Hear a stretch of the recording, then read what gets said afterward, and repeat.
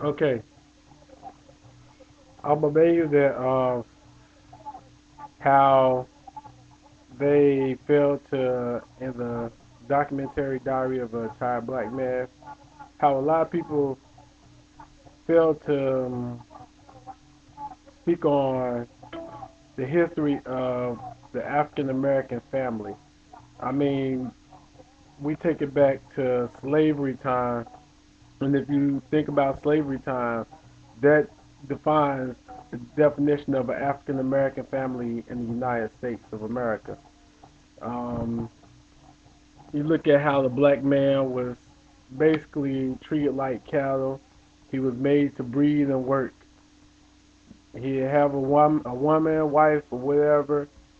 They would have kids. The black man was taken out of the family, and the woman was left to raise the kids, which made the black woman feel that she had to become a strong woman because she had to raise a family. She had to raise a little boy. She had to teach a little boy how to stand and piss. You know, she had to be there to raise a little girl. And that carried on even after slavery with black men because black men never knew how to take care of a family. And I see that a lot of people in this documentary, Diary of a Tired Black Man, they never brought up the fact of the black family, the structure of a black family in America, and how it has developed into where it is today.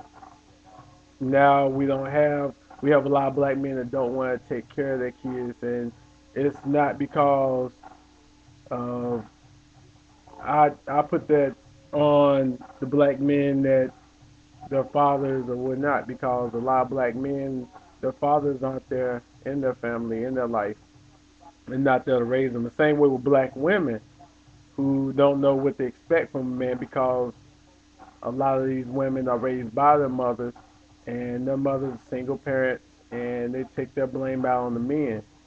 But we have to go to the root, to the source of the problem, and the source of the problem starts at the beginning with slavery, when the black family never really was a black family. It was just a woman and her children and raising them. And the black man never was there. So black man never was really taught how to take care of a family. You know, they lost all sense of that during slavery times and up and through the early 1900s all the way up. I mean, you think about project apartments. A man wasn't allowed to live in the project apartment buildings, and only women, the women that lived there, they were not allowed to have men live with them.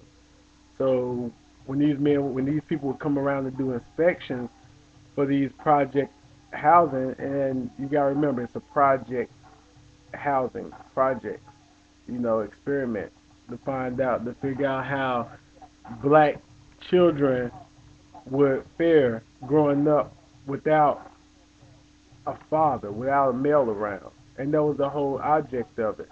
I mean, now things have changed. It's 2009, and we have come a long way from a lot of the demeanors that were put on African Americans, but yet it's still, the effects are still here. And a lot of black people, what we suffer from is the nigger syndrome. And the nigger syndrome is just inheriting our genes where it's passed down from generation to generation. You look at a lot of black males, they look up if their father isn't around, they look up to the men that are around them.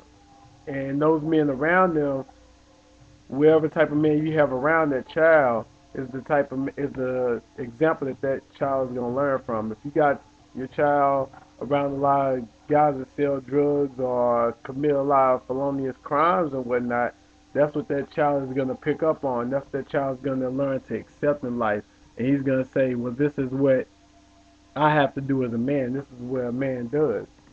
Whereas if you raise a black child around men that are doctors or lawyers or just successful people. I'm not going to necessarily say success is being a doctor or a lawyer, but a man that knows how to take care of his business and handle his real life situations in a real life manner, then that's what that child's going to grow up to know what's real, you know what I'm saying, and understand that that's how a black man takes care of his child, or takes care of his family, or takes care of himself.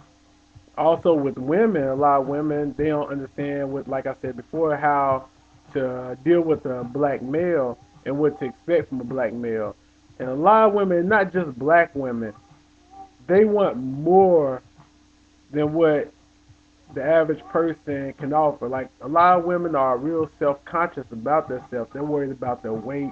They're worried about how they look. They're worried about what clothes they wear. They're worried about what people think about them, what people say about them. So it's a lot of pressure on the black woman. So a lot of feelings and anger gets balled up. And a lot of times it's not even discussed with that other person, with that spouse or the boyfriend or whoever. They never discuss it and they keep it balled up. And then finally, when it gets too balled up, they explode. And also, a lot of women also do sit around with their friends and talk to their friends about things. And their friends may not be in relationships or don't know how to deal with men themselves. And their friends are telling them what a man thinks. You can't, you don't necessarily know what a man thinks. Just like men, we don't know what women really think. We think we know, but we really don't know what women think. But we assume a lot instead of discussing it with men and women sitting down and actually having a discussion about certain things. We talk about it within our own sex. So there's a real problem with, like just the male and female species altogether, not just black or white. So I'll post some more on this later, but I hope you enjoyed the little commentary that I had for this. And I really appreciate the Diary of a Tired Black Man because there are a lot of us out there, and I think this is actually geared towards women to look at. A lot of women should look at this because it discusses a lot of things that we as black males feel, and you should hear it from our perspective and not go and get it from like Esquire magazine or GQ magazine and 16 or 17. Some of these magazines that have women's perspectives on it.